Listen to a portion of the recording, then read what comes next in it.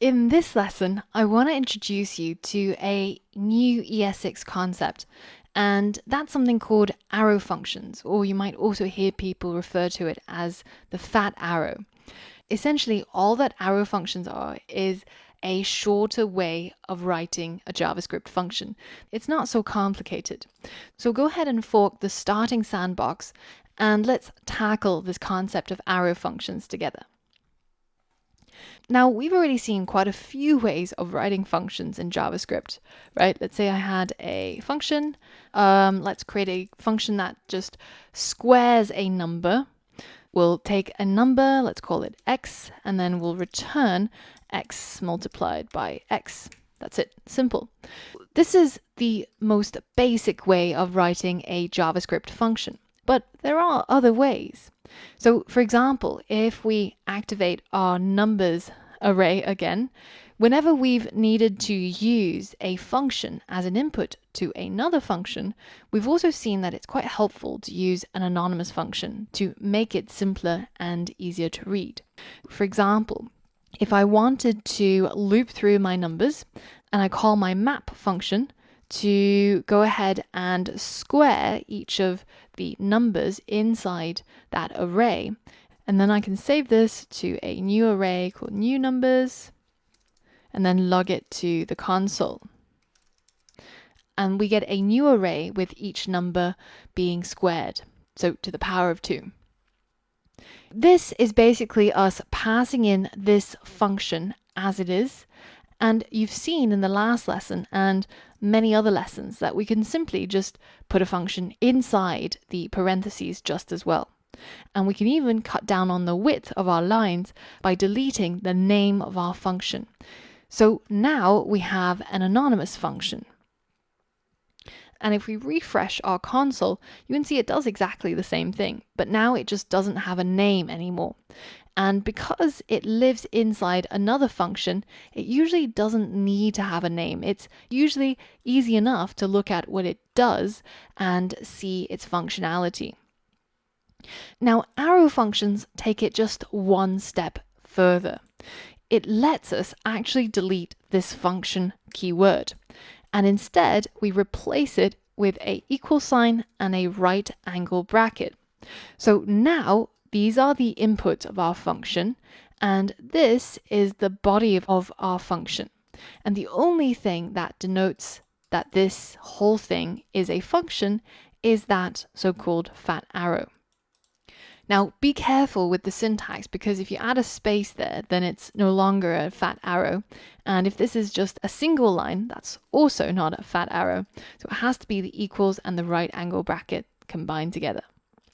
Now, we can make this even shorter if we wanted to.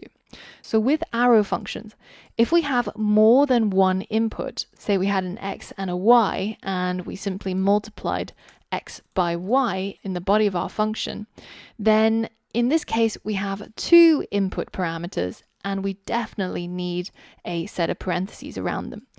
But if you only have one input or one parameter, you can actually just get rid of the parentheses as well.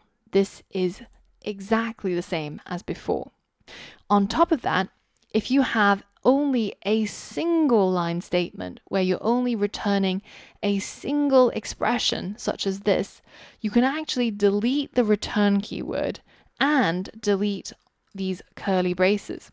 So you end up with inline code that looks like this. Now our map function is taking each item in our numbers array and multiplying it by itself and then creating a new array. But the syntax is now much, much shorter. And that means there are pros and cons. It might be that for a beginner coming to JavaScript, this is really hard to understand. And especially in cases where you have people on your team who are more junior, having code like this is not always great. So depending on your project, your use case, your team, your own level of comfort with this kind of shortened syntax, then you can choose to use it, but you don't have to. Just be aware that because in React, we use these array functions like map, filter, reduce a lot, then in these cases, you will see a lot of people using arrow functions inside, just because it makes it so much simpler and you can achieve things just in one line. But it does take a little bit of getting used to. So as a challenge, I want you to go ahead and comment out this line of code, maybe keep it around as reference, and I want you to uncomment each of these functions, starting from map, then filter, then reduce. I want you to convert this current format of anonymous functions to arrow functions and to simplify them as much as you can. And once you're done with that, then go into your app.jsx and go ahead and do the same for our actual React code, where we're using the map function to create custom entry components. And if you get stuck or if you have any problems, then come back and we'll walk through the solution together. Pause the video and try to give those two parts of the challenge a go. All right, so the first one we're tackling is the old map function. And the first thing we're going to do is delete the function keyword and add a fat arrow in between the input and the body of the function. Next, we're going to see if we have multiple lines of code in our block of code, and we don't. We actually just have a simple expression.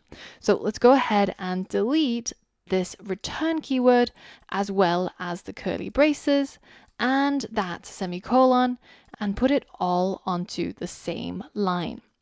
And now we notice that we've only got a single input, so we can delete those parentheses as well. That's the first one completed. Next, let's move on to filter. And it should end up looking like this. Now, reduce is a little bit different because here we've now got two inputs, the accumulator and the current number. That means once we delete the function keyword and add our fat arrow, we can't actually delete these parentheses. It needs it when there are more than two inputs. But we do only have a single line being returned, so we can go ahead and delete everything and end up with just a single line statement like this. Finally, you've got find and find index, which is pretty standard, and it should end up looking like this. So now let's go ahead and comment all of this code out and actually use our arrow function knowledge in our app.jsx. So here we've got a function called create entry, which is taking each of the emoji terms that's being mapped through here and using the emoji terms properties such as ID, emoji, name, meaning, and mapping them over to a prop. The solution to this challenge is first to just cut this function and replace it inside here. And then we're going to further simplify this by removing the function keyword, adding a fat arrow, deleting the name of the function, deleting the parentheses around our single input, and then we can even go as far to delete the return keyword and the closing curly braces. And the reason is because our entry component is treated as basically a single line of code, even though they're placed on different lines just to make it easy to read. Effectively, all of these props are just all on the same line, and we've only got a single element being returned, like so. So if you wanted to, you could even delete these two, but it's usually good practice in React to have a set of parentheses when you're returning a component that has many different properties. Did you manage to get this right? If not, be sure to review the early parts and make sure that you've completed each of these exercises, as well as maybe read around the topic. So there's a really good article that I linked to from the Mozilla team where they talk about arrow functions in depth, some of the history, and it's a really interesting piece of reading, and it'll give you a lot of color and background to how arrow functions work and why they were introduced. But in the next lesson, now that we've leveled up our JavaScript, we're going to be heading back into our React coding. For all of that and more. I'll see you there.